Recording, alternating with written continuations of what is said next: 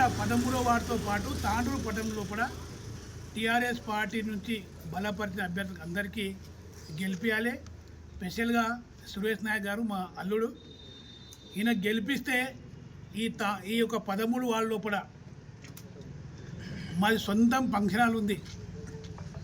అందరికీ ₹1,00,000 ఇస్తే ఈ వార్డు వరకు 50% ఇస్తాం.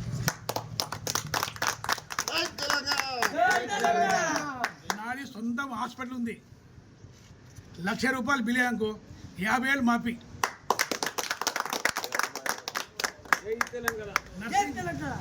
నాది సొంతం నర్సింగ్ కాలేజ్ ఉంది.